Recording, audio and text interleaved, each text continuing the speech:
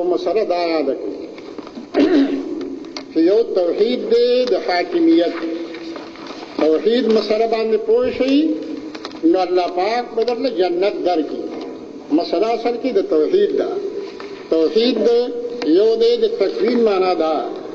چې خلق او تربیت پیدا کول او سنبالول دام توحید دی. او یو توحید دی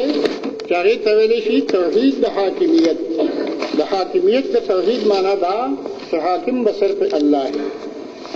د عامو خلکو دا خیال دی چې فرعون هغه ګندې الله نه مانه، او قرآن په دې ګواه دی چې فرعون خدای مانه، خو تکویني لحاظ سره د الله حاکمیت مانه چې خالق السماوات والارضین الله دی. زه الله پیدا کړی، دا ټول خلق الله پیدا کړی. او که فرعون د خدای دعوه چې کړې وه په دې معنا سره یې کړې وه چې زه خالق یم، نو آخر د دې خلقو کې داسې څوک بنو چې ویلي وي چې هلکه ستا د مور ډوډۍ زموږ په سر راغلې ده، ته څنګه زما خالق یې؟ خو ته چې خالق یې نو تا خپل پلار هم پیدا کړی دی، تا خپل مور هم پیدا کړی ده، تا خپل نیکه هم پیدا کړی دی. یو خالص لیونی چې جامې ایستلي او په غرونو سر یې هغه دا خبرې نه کوي. هغه خدای معنا دا یې منله چې دا هر څه الله پیدا کړي، خو د ملک نظام کې چاله مداخلت نه ورکړه. تاسو مخکې درس قرآن کې ویلي چې که موسی علیه السلام فرعون ته صرف د یو چیلې دعوت ورکړی وی،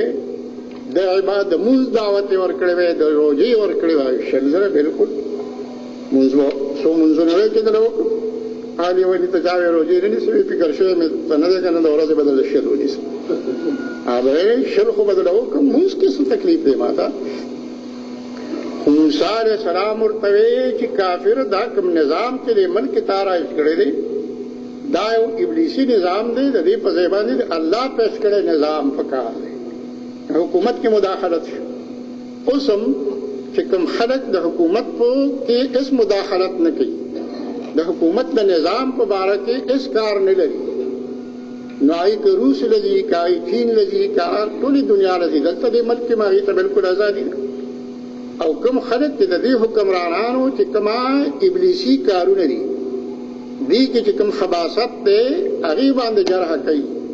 نو تاسو ولیدو چې هغې په جیلونو کې پراته وي، هغې اختر هم په جیل کې تېرې کړې.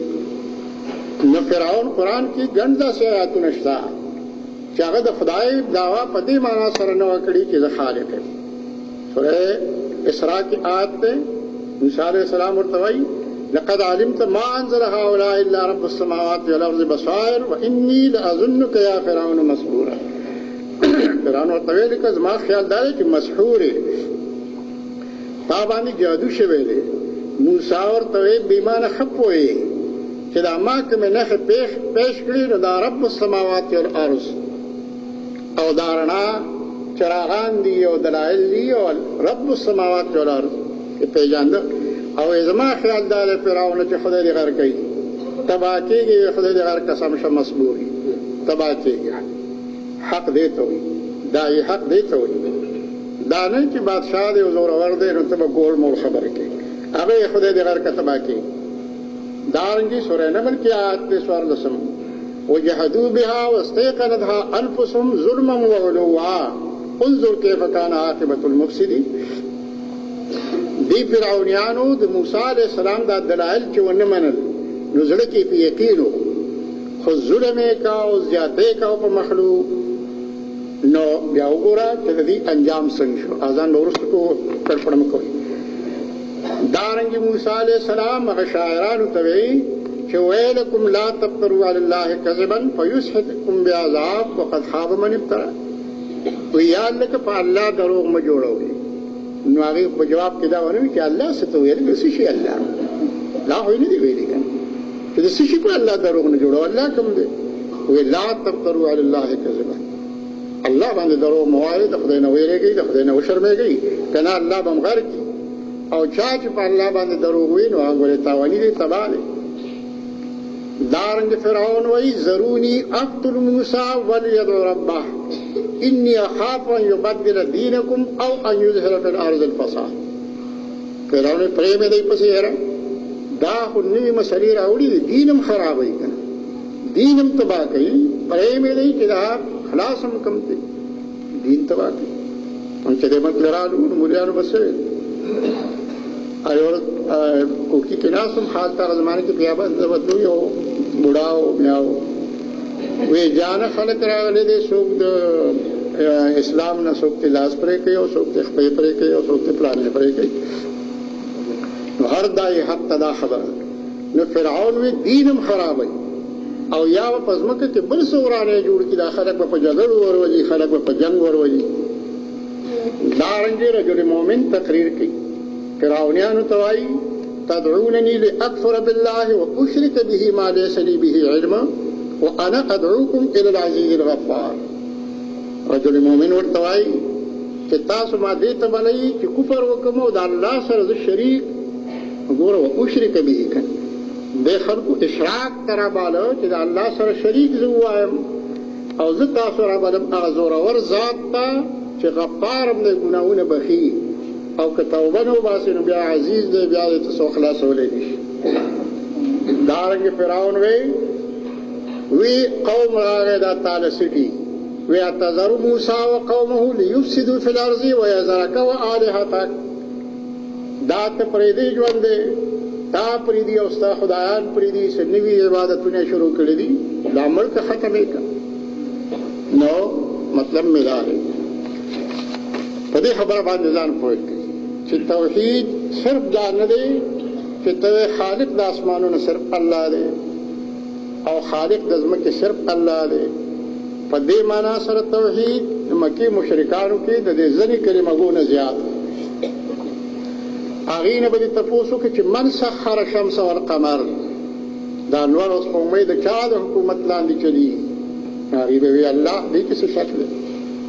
اور استاد زنی کلمہ ویون کی دانوئی کہ دا شمس و تمریز بابا انوار کو ملتان نے زور کرے دے نو پنوار حکومت تا چاہ ہوا ہے ماو دا مرگرے میں ٹل کی دا ملیشی قضا کی ناسو چاہ مہرمان کلیو امامانو یو دا ممندو یو دا جندلو اس پا ملیتی جوندے بھئی یو تن پکی ہوئی کہ سمندر پا کراچی باندے دو مرپو کا لوار لے نو اول ہوئی کہ دا بخو بیا پخکا تزیرو پا کراچی نرازی نو دا جندلو دا ہوئی کہ نکن دا خوی بند کرے دے وی چا بند کرے دے وی دا لال شہباز قلندر نو محتمیم سے وہ خندر وی چیئر دا سمندر بمشری او کہ لال شہباز قلندر بمشری دا توحید نہ توحید دا یاد ساتھی کہ دا توحید لب و لباب دارے دے مانا کہ دا توحید وی نوے ماغد کلمہ گو کی نشتا او دا مکی مشرکانو صرف اللہ حاکم گاڑا قل من بیدہی ملکوت کل شین وہو یجیر ولا یجار دار داغ پلاس کی دار سیز بادشاہی دا او آغار چانا پناہ ورکولی شی او داغ دشمن لسو پناہ نشی ورکولی دا حقیقت دی اللہ اغواری دا ار چانا داغ دشمن خلاصولی شی و دا اللہ نا دا اللہ دشمن اس سوک نشی خلاصولی نو دا مکی مشرک وی اللہ دے نو کہ صرف دا ایمان و اسلام وی نو بیا خو ابو جہل دا طورو نخب مسلمان بدر جنگ لچ سبا کلا ابو جہل وزی نو تاسو رستی ندی چنن راغیو دا غلاف کعبہ نے سر لاندی کو او دا سوالی ہو کہ یا اللہ کم یو چی نوی مسئلے راوڑی کم یو چی پمن کے ابتراق پیدا کردے او ڈری جوڑی شبی دی فأحنه الغداتا تو یا اللہ سبای تباہ دی نو سوالی قبول شبی نوی مسئلے ام دی مشرکان راوڑی وی زرے مسئلے دا ابراہیم علیہ السلام دا زمانے اتبع ملت ابراہیم حنیفہ توحید خودر پخوانے دین دے اشراق دا نوے دین ہو دا ابو جہل سوال قبول ہے مطلب میرا ہے کہ اصل گران پہ توحید کی توحید دا الوہیت پہ مشرکان دا عرص منل حکربا دادوی اجعل الالہۃ الہا واحدا ان ھذا لشیء عجاب خد ډیر خدایانو نو د یو خدای راته جوړ کو بل چاته به سجده نه کوو بل چاته به رکوع نه کوو او د بل چا د حکم تابعداري به نه کوو دا ډیره ناشنا خبره ده دارنګې د مشرکانو پیغمبر ته به دا وی چې ته د دې دپاره راغلی چې موږ د خپلو الهو نه واړې دا خپلو حضراتو نه موږ واړې نو خلاصه د خبرې دا ده چې توحید د الوهیت نه بغیر یعنی د دې عقیدې او د عمل نه بغیر چې حاکمیت به د الله ګڼي، ځمکه باندې حکومت به د قرآن او د حدیث ګڼي، او د امر او د نهي او د تحلیل او د تحریم حقدار به صرف الله ګڼي، هم به ګڼي او هم به عملا دغسې عمل کوي. ما آمن بالقرآن من استحل محارمه، که دا نه وي نو بیا نه ایمان شته او نه توحید شته. بس موږ دعا به وکړو، محترم صاحب ته ما دعا وکړه، خو نه کوي، زه به وکړم.